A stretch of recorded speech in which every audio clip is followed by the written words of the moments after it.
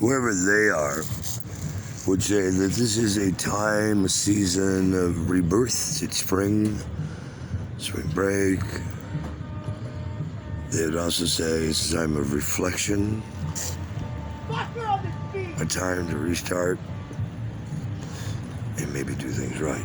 Pay no attention to the noises in the background in somebody's head. If you're the type of person who talks big and then stands people up and causes more headaches than you're worth when you show up, and you're a royal pain in the ass prima donna,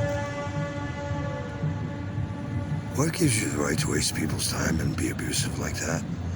I had somebody who was supposed to see me at midnight last night, finally showed up at about 5, 6 this morning, cost me about $200 in damages by dropping things on glass and other important things. Leaving crystal I had sitting out that he was drinking out of in an area where it could get crushed, and had asked me to help him facilitate some matters, and then I hoped that to be, and then he changed his mind and just wanted to play games with everybody. There are certain people you should not play games with, and when you ask me to introduce you to important contacts, and then you F them over and me over simultaneously, how many times do you think you'll get to do that? Now that's just me. If you're doing that with all the other people you know in your life too, no wonder so many people think you're a jackass, because all you think about is you.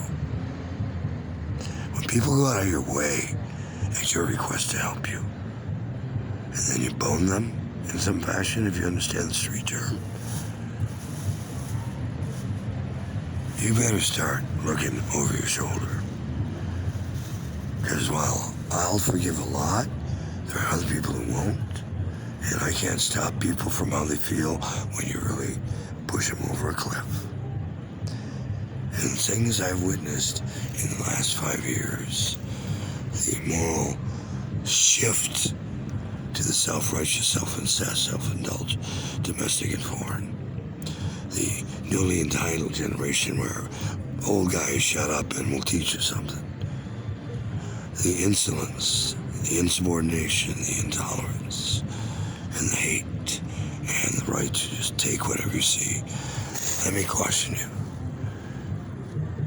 That may or may not fly where you grew up. It doesn't fly anywhere near me or the people I know here in Dogtown. And you don't survive here long when you mess with the Dogtown people. So I warn you, don't trash the place when you come here. It's the #1 tourist attraction in the world because it is so eclectic and unique. And if you have trash, pick it up and put it in a trash can. This is not your personal dumping ground or living room. Pick up your shit. Because there are people going to start watching you, and if you don't, they're going to help you pick it up. And it may not be in a way you're accustomed to or like, but you're going to get taught some manners. Because we're all getting kind of tired of picking up after you. So please, it's a world we all share. And to coexist, you have to be responsible of self too, and not expect the world to be your servant. Because if that's what you're thinking stinking. And if you act like the 1% with 99% of the wealth,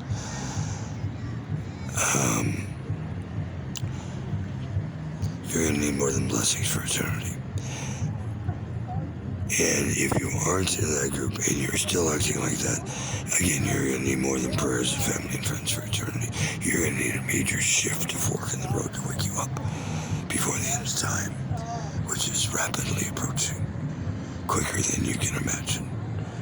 Nostradamus, the Doomsday Monuments, the Georgia Guidestones, Revelations, so many religious organizations and prophets, saints, gods, whomever have forecast this time. And you're living in it. In the time of the beast. In a modern day Babylon. What's your role in World Peace and Extinction 7? Or should we just get it over and stop the misery and just Armageddon it? Don't tell me. Show me.